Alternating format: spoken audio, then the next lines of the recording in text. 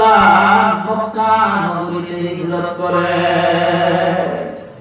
যে মক্কা নগরী ইব্রাহিম আলাইহিস সালাম আবাদ করেছিলেন, যার মেহনতে আল্লাহর হুকুমে বাইতুল্লাহ বানাইছে, যে বাইতুল্লাহ এমন একটা রহমতের ঘর আল্লাহ বানাইলো, তার দ্বারা আল্লাহর পয়গম্বর সরকার নবী বলেন, ওই বাইতুল্লাহ আল্লাহ তাআলার কাছে এত দামি একটা ঘর, যে ঘরের দিকে তাকাইলেও আল্লাহ তাআলা গুনাহ মাফ করিয়া দেন। আল্লাহর পয়গম্বর বলেন, বাইতুল্লাহর মধ্যে 120 টি নেকি, 120 টি রহমত আল্লাহ নাযিল করে। এই 20 টি রহমত, 120 টি রহমতের মাঝে যারা বাইতুল্লাহ তওয়াফ করে, এমন একটা ঘর যে 24 ঘন্টার মাঝে কোন সময় এই ঘরের তওয়াফ বাদ থাকে না, নামাজ ব্যতীত। এমন একটা ঘর আল্লাহর পয়গম্বর বলেন, এই ঘরের চতুর্পাশে তওয়াফকারীদেরকে আল্লাহ তাআলা 60টি রহমত তাদেরকে দান করে। তওয়াফ যারা করতেছেন তাদেরকে আল্লাহ তাআলা 60 রহমত দিয়ে বাইতুল্লাহ আশেপাশে যারা বাইতুল্লাহে নামাজ পড়তেছে, আশেপাশে যারা এই তওয়াফের যারা বাইতুল্লাহ বিশাল এরিয়া, এক রাস্তা দিয়ে গেলে আরেক রাস্তা পাবেন না, এমন বিশাল এরিয়া, এই লক্ষ লক্ষ মানুষ একসাথে নামাজ পড়ে। আল্লাহর পয়গম্বর বলেন, বাইতুল্লাহ তওয়াফের যারা যারা নামাজ পড়বে, আল্লাহ তাআলা তার নামাজ 40টি রহমত বরাদ্দ করেছে। আল্লাহর পয়গম্বর বলেন, আর 20টি রহমত হইল যারা বাইতুল্লাহর দিকে তাকায়। বাইতুল্লাহ এমন একটা ঘর বাবা, বাংলাদেশ থেকে বুঝবেন না, বাইতুল্লাহ যখন আপনি যাবেন, বাইতুল্লাহ নজরে পড়ার সাথে সাথে বাইতুল্লাহ দেখতেছে যারা, যারা মুআল্লিমরা বাইতুল্লাহর দিকে মানুষকে নিয়ে যাইতেছে, হাজী সাহেবরা সর্বপ্রথম বাইতুল্লাহ নজর দেওয়ার পর এমন ভাবে তারা কান্দ কন্দন করে যেন মা বাপ হারাইলেও মানুষ এমন ভাবে কান্দে না। এই দিকে রাস্তা হাওয়া করে মানুষ কাঁদতেছে, বাইতুল্লাহর দিকে তাকায়া চোখের পানি ছেড়ে ছেড়ে কাঁদতেছে। এমন একটা ঘর, যে ঘরের দিকে তাকাইলে আল্লাহ তাআলা তার উপর 20টি রহমত নাযিল করে। এমন একটা ঘর আল্লাহ জান্নাত নামার জন্য রাখছে, মানুষের জন্য হেদায়েতের একটা প্রতীক। এই জন্য আল্লাহ তাআলার ঘর বাইতুল্লাহ ইব্রাহিম খলিলুল্লাহকে আল্লাহ তাআলা শাম দেশ থেকে হিজরত করিয়া আল্লাহ মক্কা মুকাররমায় এলেন। আল্লাহ তাআলা বলেন, হাযা বালাদুল আমিন ওয়া নিরাপদ শহর, এটি এমন একটা ভূমি যে ভূমিতে আপনি প্রবেশ করলে সকলের জন্য নিরাপদ।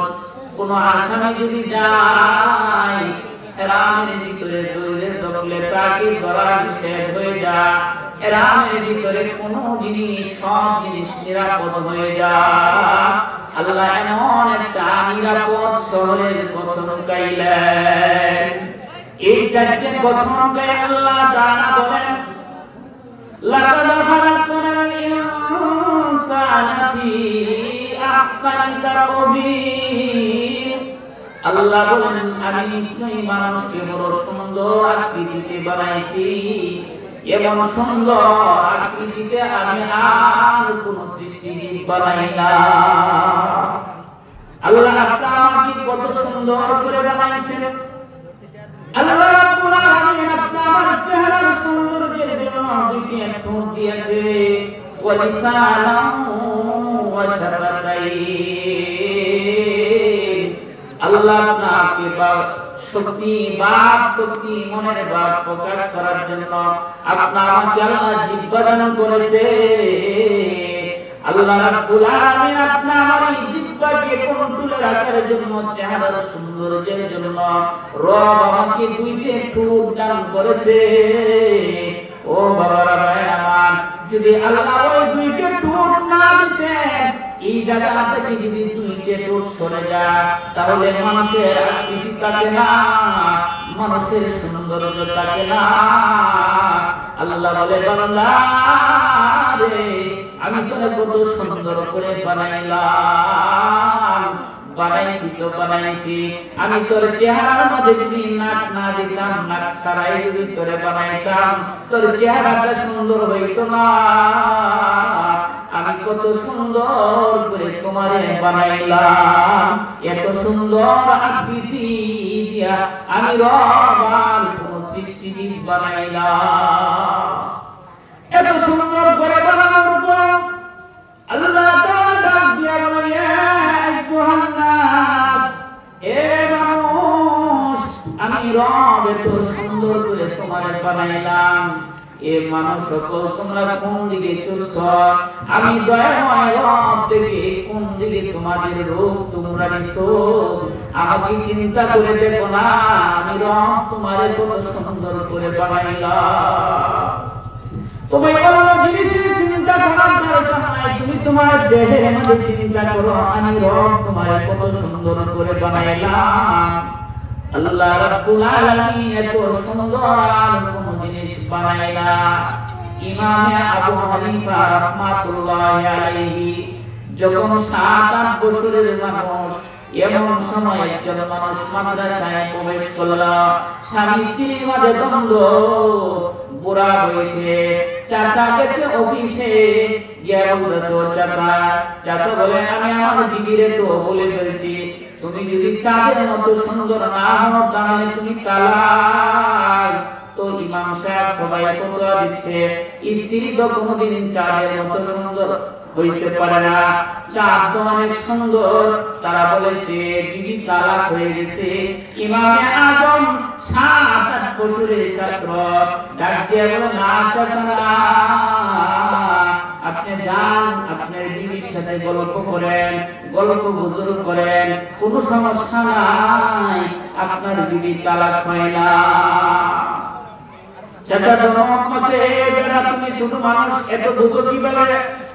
বুঝি অফিসে ডাক দিয়ে আনিছে, অফিসে আবার চাচা গিয়ে উস্তাদের ধর্মাই গেছে, আপনারা বলেন তালাক হয়ে গেছে, আপনাদের ছাত্র হইলো তালাক হয় না, কি মাসালা শিখছেন?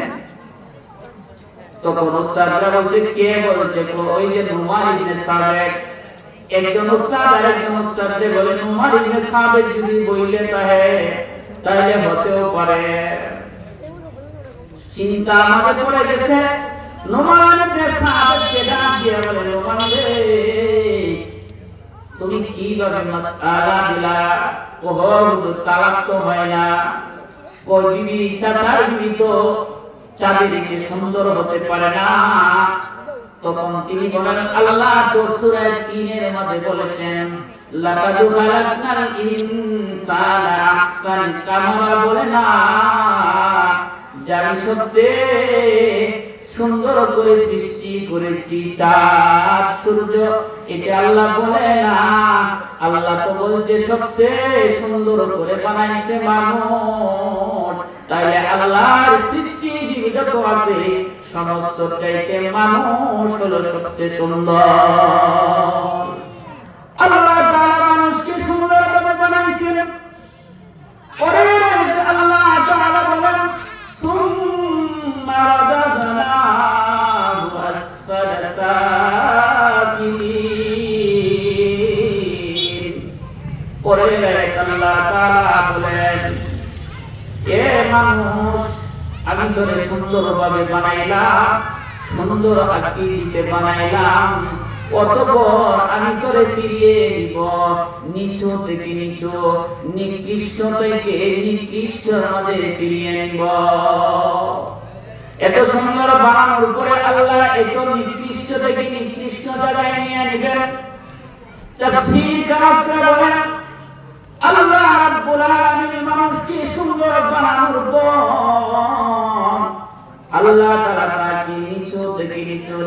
নিকৃষ্ট থেকে নিকৃষ্ট বানাইলেন। যখন মানুষ যৌবন থাকে তো মানুষের দেহের মধ্যে সৌন্দর্য থাকে, যৌবন যখন অস্তমিত হয়ে যায়, যৌবন যখন শেষ হয়ে যায় তো মানুষের চেহারার সৌন্দর্য নষ্ট হয়ে যায়, মানুষ দুর্বল হয়ে যায়, মানুষ অন্যের বোঝা হয়ে যায়, তখন সে আর কোনো কর্ম করতে পারে না, সে অসহায় হয়ে যায়, দুর্বল হয়ে যায়।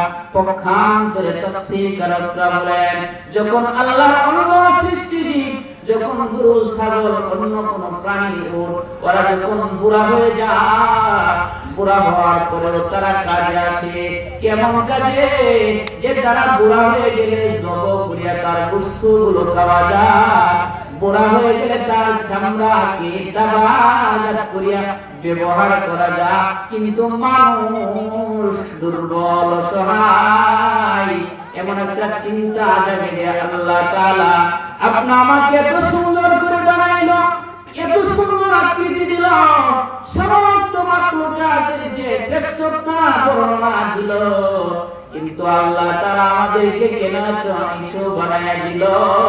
এতে বাহ্যিকভাবে তার শরীরের ব্যাপারে আল্লাহ তাআলা বলেছেন, বাহ্যিক তার দেহের ব্যাপারে, কিন্তু পরের আয়াতে আল্লাহ তাআলা সান্ত্বনা দিয়ে বলেন, না না তোমরা পেরেশান করিও না। আল্লাহ পরের আয়াতে বলেন, ইল্লাল্লাযীনা আমানু ওয়া আমিলুস সালিহাত। আল্লাহ পরের আয়াতে বলেন, যারা ঈমান এনেছো, সৎ কর্ম করেছো, ফালাহুম আজরুন, তোমাদের উজরত নিঃশেষ হবে না, তোমাদের প্রতিদান শেষ হবে না।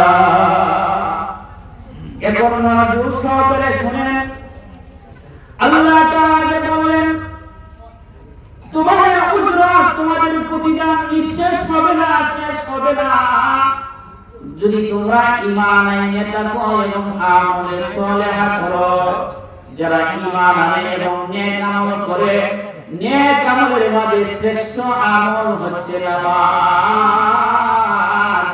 নেক আমলের মধ্যে সবচেয়ে নেক আমলের শ্রেষ্ঠ আমল হলো নামাজ। নামাজের দ্বারা রবের নৈকট্যতা হাসিল করা যায়, নামাজের মাধ্যমে নবীর সঙ্গে, নবীর সাথে জান্নাতে থাকা যায়। আল্লাহর পয়গম্বরের একজন সাহাবী রবিয়া ইবনে কাব রাদিয়াল্লাহু তাআলা আনহু আল্লাহর পয়গম্বরের সাথে রাতে যাপন করতেন, নবীকে ওযুর পানি দিতেন, নবীকে অন্যান্য প্রয়োজনীয় আসবাবপত্র প্রয়োজন হলে নবীকে মিসওয়াক এনে দিতেন, ওযুর পানি এনে দিতেন। রবিয়া ইবনে কাবকে দিন আল্লাহর পয়গম্বর বলেন, নবী রে, আমি তোমার প্রতি খুশি হয়ে গেলাম, বলো রে রবিয়া ইবনে কাব, তুমি আমার কাছে কি চাও? আজকে আমার কাছে কি চাও? আমার তোমার ব্যবহারে আমি সন্তুষ্ট হয়ে গেছি, তোমার ব্যবহারে আমি শান্তি পাইলাম, বলো তুমি আজকে আমার কাছে কি চাও? এমন একটা সুযোগ যদি আমরা পাইতাম, আল্লাহর পয়গম্বরের কাছ থেকে এমন একটা সুযোগ পাইলে একবার আমরা ধনী হয়ে যেতাম, বলতাম গুলশান শহরে আমাকে 20 তলা একটা বিল্ডিং দিয়া দাও, আমি বিল্ডিং চাই। আর এই যে বিল্ডিং যে করতেছে আজকে না, কত বিল্ডিং কে আল্লাহ ধ্বংস করে দিছে। আল্লাহ তাআলা পরীক্ষা করে আল্লাহ পয়গম্বরের সাহাবী নবী ইবনে কাব বলেন, হে রাসূলুল্লাহ, আপনি যেহেতু খুশি হয়ে গেছেন, আমাকে দেবার জন্য বলতেছেন, তাহলে পয়গম্বর গো, আমি চাই আপনার সাথে জান্নাতে থাকতে, আমাকে আপনার সাথে জান্নাতে থাকতে চাই। আল্লাহর পয়গম্বর বলেন, ও নবী নেকাব, অন্য কিছু চাও, অন্য জিনিস চাও? নবীজি রবিয়া বলেন, না পয়গম্বর না, আপনি যদি দিতে চান তাহলে আমি আপনার সাথে জান্নাতে থাকতে চাই। পয়গম্বর বলেন, হে রবি ইবনে কাব, যদি তুমি আমার সাথে জান্নাতে যেতে চাও তাহলে আমাকে একটু সহযোগিতা করবা। তুমি বেশি বেশি কাসরাতুস সুজুদ, রবের কদমে বেশি বেশি সিজদা করবা, বেশি বেশি করে সিজদা করবা। রবের কদমে যত বেশি সিজদা করবা, রবের নৈকট্যতা হাসিল করবা। আর আমি নবী মুহাম্মদ সাল্লাল্লাহু আলাইহি সাল্লামের সাথী সঙ্গে তুমি জান্নাতে থাকবা। তাহলে বোঝা গেল বাবা, আল্লাহর নৈকট্যতা হাসিল করলে আপনার আমার জন্য ইবাদতের প্রয়োজন। নবীর সাথে যদি আমরা জান্নাতে যেতে চাই তাহলে সিজদার প্রয়োজন। এই জন্য বেশি বেশি করে সিজদা দেওয়া, বেশি বেশি করে নামাজ আদায় করা, নফল বেশি বেশি করে পড়া। কারণ কোন মানুষ যদি আল্লাহর নৈকট্যতা হাসিল করতে চায়, নফল ছাড়া আল্লাহর নৈকট্যতা হাসিল করা যাবে না। কোন মানুষ যদি আল্লাহর মহব্বত পাইতে চায়, বুখারীর বর্ণনা এসেছে হযরত আবু হুরায়রা থেকে বর্ণিত, আল্লাহর পয়গম্বর সরকারে দু আলম নবী বলেন, আল্লাহ তাআলা যখন কোন বান্দাকে ভালোবাসে তো আল্লাহ ফেরেশতাকে ডাক দিয়ে বলেন, নাদা জিবরাইল, ও জিবরাইল, দা জিবরাইল, ও জিবরাইল, সৈয়দ তার অমুক গ্রামের অমুক বান্দাটাকে আমি আল্লাহ ভালোবাসি। আল্লাহ তাআলা ভালোবাসে। জিবরাইলকে বলো, জিবরাইল তুমিও তাকে ভালোবাসবা। জিবরাইল তখন ভালোবাসতে শুরু করে দেয়। শুধু জিবরাইল না, আকাশের মাঝে ঘোষণা দেওয়া হয়ে যায়, আকাশের মাঝে ডাক দেওয়া হয়, অমুক গ্রামের অমুক বান্দারে আল্লাহ ভালোবাসে, তো তোমরাও তাকে ভালোবাসো। তো আকাশের সমস্ত ফেরেশতারা তাকে ভালোবাসতে থাকে। ওই ভালোবাসাটা জমিনের মাঝে গৃহীত হয়ে যায়। তো জমিনের মাঝে যত মাখলুকাত আছে, সমস্ত মাখলুকাতের হৃদয়ের মাঝে আল্লাহর ভালোবাসার বান্দাকে ঢুকায়া দেয়। সবাই তাকে ভালোবাসতে থাকে। পক্ষান্তরে আল্লাহর পয়গম্বর বলেন, আল্লাহ যদি কোন বান্দাকে ঘৃণা করে, জিবরাইল আলাইহিস সালামকে ডাক দিয়া বলে, ও জিবরাইল, অমুক গ্রামের অমুক বান্দাটাকে আমি আল্লাহ ঘৃণা করি, তুমিও জিবরাইল ঘৃণা করো। তো জিবরাইল আলাইহিস সালাম তাকে ঘৃণা করে। আল্লাহ রাব্বুল আলামিন ফেরেশতারা আসমানের মধ্যে ঘোষণা দিয়ে দেয়, আল্লাহ তাআলা অমুক বান্দাটাকে ঘৃণা করে, তোমরাও ঘৃণা করো। আকাশের যত ফেরেশতা আছে সকলেই তাকে ঘৃণা করতে থাকে। ওই ঘৃণাটা জমিনে গৃহীত হয়ে যায়। তো জমিনের বাসীরা সবাই তাকে ঘৃণা করে। এই জন্য আল্লাহ তাআলা ভালোবাসা আপনি আমি পেতে চাইলে নামাজ বেশি বেশি করে পড়া, মসজিদে সময় বেশি লাগানো, মসজিদে সময় দেওয়া, রবের সন্তুষ্ট পাইলে।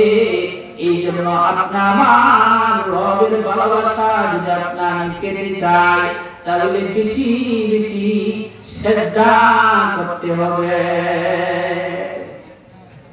এই জন্য রাসূল করিম সাল্লাল্লাহু আলাইহি ওয়াসাল্লাম বলেন, সিজদার মাধ্যমে আল্লাহর নৈকট্যতা হাসিল করা যায়। বলতেছিলাম যারা ঈমান আছে এবং আমলে সালেহ করে, আল্লাহ বলেন, ফালাহুম আজরুন গায়রু মামনুন। আল্লাহ বলেন তাদের উজরত, তাদের প্রতিদান শেষ হবে না। তাহলে তাদের প্রতিদান শেষ হবে না। আল্লাহ রাব্বুল আলামিন একজন মানুষ যৌবন বয়সে আল্লাহর ইবাদত করেছে, বার্ধক্য উপনীত হয়ে গেছে। বার্ধক্য বয়সে যৌবনে যে পরিমাণ আল্লাহর কদমে সিজদা করতে পারত, বার্ধক্য অবস্থা ওই পরিমাণ রবের কদমে সিজদা করতে পারে না।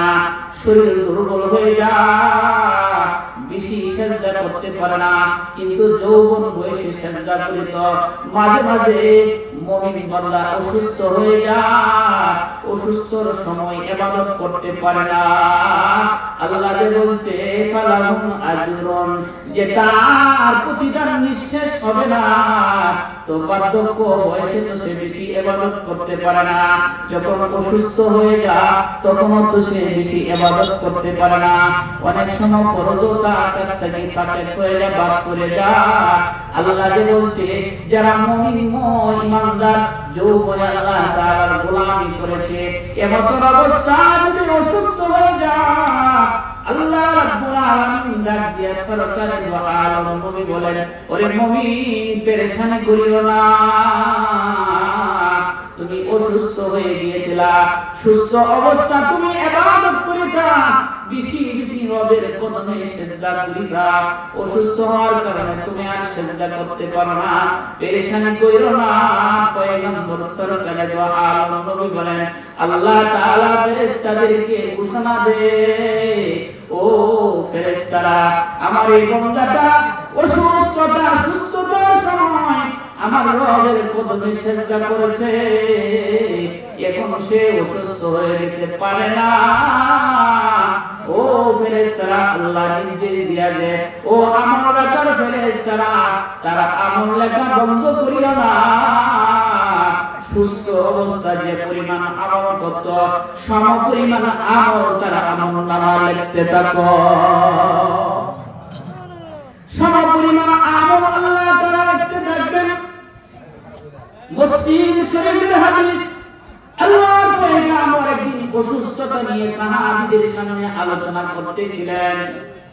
এমন সময় রাসূল করিম সাল্লাল্লাহু আলাইহি ওয়াসাল্লাম বলেন, আল্লাহ তাআলা যাকে অসুস্থ দেয়, এই আল্লাহ তাআলা আবার তাকে সুস্থ করে। আল্লাহ তাআলা যখন তাকে সুস্থ করে, তো তার অতীতের সমস্ত গুনাহ আল্লাহ মাফ করিয়া দেয়। দুই নম্বর সরকারে দু আলম নবী বলেন, আল্লাহ রাব্বুল আলামিন দুই নম্বর নবীজি বলেন, তার এই অসুস্থতা দিয়া ভবিষ্যতের জন্য আল্লাহ শিক্ষা স্বরূপ দিয়া দেয়, যে বান্দা অসুস্থ হয়ে যেন কিছু শিখতে পারে। অপরদিকে আল্লাহর পয়গম্বর বলেন, মুনাফিকরা যখন অসুস্থ হয়ে যায়, যেমন উটের নেই, উটের মালিক তার উটটাকে বাঁধলো আবার ছেড়ে দিল, সে বুঝতে পারে না কেন আমাকে বাঁধলো, কেন আমাকে ছেড়ে দিল। এই জন্য মুমিন অসুস্থ হলে তার দুইটি জিনিস শিক্ষা হয়, একটা হলো আল্লাহ তার অতীতের গুনাহ মাফ করিয়া দেয়, দ্বিতীয় নম্বর হলো তার শিক্ষা অর্জন হয় যে সামনে আমি আর গুনাহ করব না। এই শিক্ষাটা অসুস্থতা অর্জন হয়। পয়গম্বর যখন অসুস্থ সম্পর্কে আলোচনা করতেছিলেন, একজন লোক ডাক দিয়া বলেন, ইয়া রাসূলুল্লাহ, অসুস্থ আবার কি জিনিস? ওদের প্রসঙ্গ, আমার তো জীবনে কোনোদিন অসুস্থ হয় না। আল্লাহর পয়গম্বর বললেন, যাও যাও, তুমি আমাদের দরবার থেকে চলে যাও, তুমি আমার দলভুক্ত না। হাদিসের ব্যাখ্যাকারীরা বলেন, আল্লাহর পয়গম্বর সাহাবীদেরকে ডাক দিয়ে বলেন, ও সাহাবায়ে কেরাম, তোমরা যদি জাহান্নামী মানুষ দেখতে চাও, তাহলে ওই লোকটার দিকে তাকায় দেখো, সে জাহান্নামী মানুষ। তাহলে বুঝা গেল কি, আপনার মুসিবত যখন আসে, অসুস্থতা যখন হয়, রব আপনাকে ক্ষমা করতে থাকে, আপনাকে মাফ করে দেয়। পয়গম্বরের কাছে একজন কালো মহিলা আসলো, নবীজিকে বলল, ইয়া রাসূলুল্লাহ, আমার শরীরে একটা মৃগী রোগ আছে, যে রোগের কারণে আমি দেহের মধ্যে বস্ত্র রাখতে পারি না। ওগো পয়গম্বর, একটু দোয়া করে দেন, আল্লাহ যেন আমাকে সুস্থ করিয়া দেন। নবীজি বললেন, শোনো, আমি দোয়া করব, তুমি সুস্থ হয়ে যাইবা। আর যদি তুমি সবর করতে পারো, ধৈর্য ধারণ করতে পারো, এই অসুস্থ হালতে যদি মারা যাও, তাহলে তুমি জান্নাতে প্রবেশ করবা। এখন তুমি কি চাও? আল্লাহর রাসূল যখন মহিলাকে এই কথা বলেন, আল্লাহর পয়গম্বরকে মহিলা ডাক দিয়ে বলেন, সরকার, আমার যে রোগ আছে, এই রোগটা আমি এই রোগ সুস্থ হওয়ার জন্য আপনার কাছে চাই না, আমি আমার দেহের মধ্যে অসুস্থতা এর বিনিময়ে জান্নাত চাই। ওগো পয়গম্বর আপনি দোয়া করে দেন, আল্লাহ যেন আমার এই মৃগী রোগের লাগে আমার দেহের মধ্যে যেন বস্ত্রহীন না করে। আল্লাহ রাসূল দোয়া করে দিলেন, এই জন্য আমার অসুস্থ হয়ে গেলে পেরেশানি নাই, সুস্থ অবস্থায় যে পরিমাণ ইবাদত করতেন ওই পরিমাণ ইবাদত আল্লাহ আপনার আমলনামায় লিখে দিবে।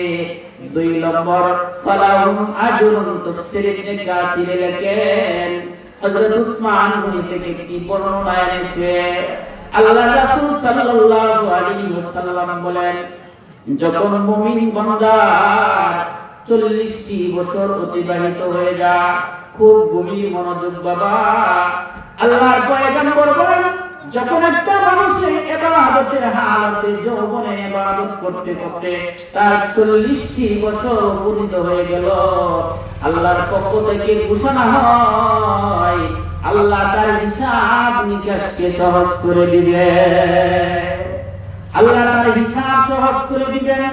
পয়গম্বর বলেন, যখন তার 60 বছর অতিবাহিত হয় তো আল্লাহ তাআলার দিকে রুজু হওয়ার শক্তি দান করে, আল্লাহ তাআলার মারিফত হাসিল করার যোগ্যতা আল্লাহ তাকে দান করে। আল্লাহর পয়গম্বর বলেন, যখন বান্দা তার 70 বছর উপনীত হয়ে যায় তো আসমানের যত অধিবাসী আছে, আসমানের যত ফেরেশতা আছে, সমস্ত ফেরেশতা তাকে ভালোবাসতে থাকে। এমন একজন বৃদ্ধ আল্লাহর পয়গম্বরের দরবারে আসে, চাদর মুড়ি দিয়ে বসা, নবীজির দরবার থেকে চলে যাইতেছে। হযরত জিবরাইল বলেন, ইয়া রাসূলুল্লাহ, ওই যে চাদর মুড়ি দিয়ে চলে যাইছে ওই সাহাবী তো আপনার আবু যর সাহাবী। নবীজি বলে, জিবরাইল তুমি আবু যরকে কিভাবে চিনো? হযরত জিবরাইল বলেন, ইয়া রাসূলুল্লাহ, আমি শুধু একা আবু যরকে চিনি না, আকাশের যত ফেরেশতা আছে সমস্ত ফেরেশতা আবু যরকে চিনে। ওগো সরকার, আবু যরের মধ্যে এমন 2টি আমল আছে যে আমল অন্য কারোর মধ্যে নাই। এই 2 আমলের কারণে আবু যর আকাশের অধিবাসীর কাছে অনেক সম্মানিত। কি আমল? হযরত জিবরাইল বলেন, ইয়া রাসূলুল্লাহ, আবু যরের 1 নম্বর আমল হলো তিনি সর্বদাই নিজেকে ছোট মনে করে। 2 নম্বর আবু যরের আমল যে আবু যর বেশি বেশি করে সূরাতুল ইখলাস তিলাওয়াত করে। আবু যর এত কোরআন খতম করা আমলনামা অন্য কোন সাহাবীর আমলনামা এত কোরআন খতম নাই। পয়গম্বর বলেন যে সূরা ইখলাস 3 বার পাঠ করবে আল্লাহ তাআলা তার আমলনামায় কোরআন খতমের সওয়াব দান করবে। কত সময় আমরা নষ্ট করি, সূরা ইখলাস 3 বার পড়লে 1 মিনিটও লাগে না, 1 মিনিটের মধ্যে আমরা 1 কোরআন খতমের সওয়াব পাই ফেলাই। এইজন্য নবীজি হযরতে আম্মা জান আয়েশাকে ওসিয়ত করেন, ও আয়েশা, রাতে ঘুমানোর সময় একটা কোরআন খতম দিবা, একটা উমরা করিয়া ঘুমাইবা। আম্মা জান আয়েশা বলেন, ইয়া রাসূলুল্লাহ, একটা কোরআন খতম দিয়া কিভাবে ঘুমাইব, একটা উমরা করিয়া কিভাবে ঘুমাইব? আল্লাহর পয়গম্বর বলেন, 3 বার সূরা ইখলাস তেলাওয়াত করবা, তোমার আমলনামায় 1 কোরআন খতমের সওয়াব হয়ে যাবে। আর 4টি বাক্য পড়বা, সুবহানাল্লাহ ওয়ালহামদুলিল্লাহ লা ইলাহা ইল্লাল্লাহ আল্লাহু আকবার। এই 4টি বাক্য পড়বা তো আল্লাহ তোমার আমলনামায় 1 উমরার সওয়াব দান করবে। সুবহানাল্লাহ। আল্লাহ তাআলা এই জন্য আল্লাহর রাসূল সাল্লাল্লাহু আলাইহি ওয়াসাল্লাম বলেন, মুমিনের কোনো উজরত সমাপ্তি হবে না, শেষ হবে না। আল্লাহ রাসূল বলেন মুমিনের যখন 80 বছর বয়স হয়ে যায়, মুমিন 80 বছর বয়স হওয়ার সাথে সাথে আল্লাহ তাআলা তার গুনাহগুলো নেক আমলগুলো সব প্রতিষ্ঠিত রাখেন এবং মন্দ কর্মগুলো আল্লাহ তাআলা মিটায় দেন। নবীজি বলেন ওই ব্যক্তি যখন 90 বছর বয়স উপনীত হয়ে যায় তো আল্লাহ তাআলা তাহাকে পরিবার পরিজনকে সুপারিশ করার ক্ষমতা দান করবে, পরিবার পরিজনকে সুপারিশের ক্ষমতা দান করবে। শুধু তাই না, আল্লাহর পয়গম্বর বলেন তার আরশের মধ্যে আকাশের মধ্যে তার নাম লেখা হয়ে যায় আসিরুল্লাহু ফিল আরদি, জমিনের মধ্যে সে ছিল আল্লাহর কয়েদি হিসাবে ছিল। এইজন্য পয়গম্বর বলেন আদ-দুনিয়া সিজনুল মুমিন ওয়া জান্নাতুল কাফিরিন। আল্লাহ রাসূল বলেন মুমিনদের জন্য হচ্ছে দুনিয়াটা হলো কারাখানা, দুনিয়াটা হলো জেলখানা, আর কাফেরদের জন্য হচ্ছে বেহেশতখানা। আল্লাহ বলতে ফালাহুম আজরুন, উজরত শেষ হবে না। একটি কথা বলি শেষ করে দিব। আপনার আমার কাজে দুইজন ফেরেশতা আছে, কিরামান কাতিবিন, যে ফেরেশতা আমল যার ফেরেশতা আপনার আমার আমলগুলো লিপিবদ্ধ করে, বান্দাদের ফেরেশতা আপনার পাপগুলো লেখে। মুমিন বান্দা যখন দুনিয়া থেকে বিদায় হয়ে যায়, এই ফেরেশতা দুইজন যে তারা তো আমল লেখা বন্ধ হয়ে যায়। মানুষ যখন মুমিন মরে যায়, ফেরেশতা তো আর মরে না বাবা, তাদের তো কিয়ামত পর্যন্ত আল্লাহ হায়াত দান করেছেন। মানুষ মারা যায় কিন্তু আপনার আমার কাঁধে যে মুমিন মুত্তাকিনের কাঁধে যে দুইজন ফেরেশতা আছে, এই ফেরেশতা কি করে মুমিনের জন্য স্পেশাল আরো নিয়ামত রয়েছে, ফালাহুম আজরুন, আরো প্রতিদান আল্লাহ তাআলা দিবেন। এই দুইজন ফেরেশতা আল্লাহর দরবারে চলে যায়, আল্লাহকে ডাক দিয়ে বলে আল্লাহ তুমি তো তোমার মুমিন বান্দাকে উঠায় নিয়ে এসেছিলা, আমরা তো তোমার মুমিন বান্দার আমল নামা লিপিবদ্ধ করিলাম, এখন তো তুমি তোমার বান্দাকে তোমার কাছে নিয়ে এসেছো, এখন তো আমাদের কোনো দায়িত্ব নাই, তো আমাদেরকে দুনিয়া থাকতে দেন, আমরা যেন জমিনে থাকতে পারি। আল্লাহ বলে না না রে ফেরেশতারা দুনিয়ায় থাকতে পারবে না, দুনিয়া আমার উম্মতরা ভরপুর হয়ে আছে, তোমাদের থাকার জায়গার ব্যবস্থা আমি করিতেছি। আমার এই মুমিন বান্দাকে যে কবরে শাহিদ করা হচ্ছে, যে কবরের মাঝে তাকে দাফন করা হচ্ছে, তোমরা উভয়জন ওই মুমিন মুত্তাকিনের কবরে চলে যাও, সেখানে যাইবা আর কিয়ামত পর্যন্ত তাসবিহ পড়তে থাকবা, তাসবিহ পড়তে থাকবা। যত তাসবিহ পড়বা আমার এই মুমিন বান্দার আমল নামায় লিখতে থাকবা, আমার এই মুমিন বান্দার আমল নামায় লিখতে থাকবা। তাহলে আল্লাহ রাব্বুল আলামিন আমাকে যে বলছে ফালাহুম আজরুন গায়রু মামনুন, মুমিন কোনদিন তার আমল নিঃশেষ হবে না। এই জন্য বাবা মুমিন হয়ে যেন আমরা কবরে যাইতে পারি। আল্লাহ তাআলা যে উদ্দেশ্য আপনার আমাকে পাঠাইছে, এই উদ্দেশ্য যেন আপনার সামনে রাখতে পারি। এই জন্য ওই মাদ্রাসা আমাদের জন্য একটা নাজাতের মাদ্রাসা। এই মাদ্রাসা তালেবুল ইলমদেরকে যদি আপনি অনুগ্রহ করেন, এই তালেবুল ইলমদেরকে জাগিয়ে রাখলে আপনার কি পরিমাণ উপকার। ছোট্ট কথা বলিয়াই, একদিন ব্যক্তি একটা বুড়া মানুষ মহিলা তালেবুল ইলম ছাত্রকে চায়, দুইটা ছাত্রকে রোজিং রাখতে কয়েকদিন তাদেরকে খাওয়াইলো।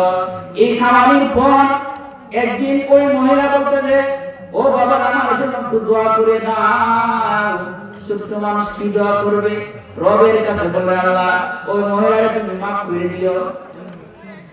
এই কথা বলছেন ওই মহিলাটা ওয়াকিয়াতের মধ্যে বলেন ওই মহিলাটা একদিন স্বপ্নে দেখলো তিনি মারা গেছেন, কবরের মধ্যে তাকে সমাহিত করা হচ্ছে। কবরে রেখে আসার পর কবরের মাঝে চতুর্দিক দিয়া কবরটা সেদ্ধি হয়ে যেন আগুন আসতেছে। কবরের মাঝে আগুনের হালত দিয়া মহিলাটা পেরেশান হয়ে গেলেন। হঠাৎ করে দেখলো অসংখ্য মৌমাছি আসিয়া এই যে সেদ্দির মাঝে বসে গেল, আর আগুন আসতে পারে না। এমন সময় মহিলাটা জাগ্রত হয়ে গেল।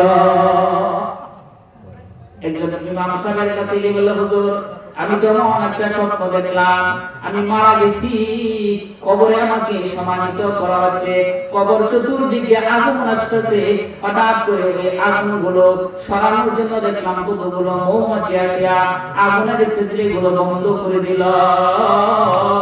মহিলাকে ডাক দিয়ে বলেন, তুমি কি কোনো নেক কাজ করেছো? জাহান্নাম থেকে তোমাকে বাঁচাইছে, কি নেক কাজ তুমি করেছো? কোন নেক বলতে তো কিছু করি নাই।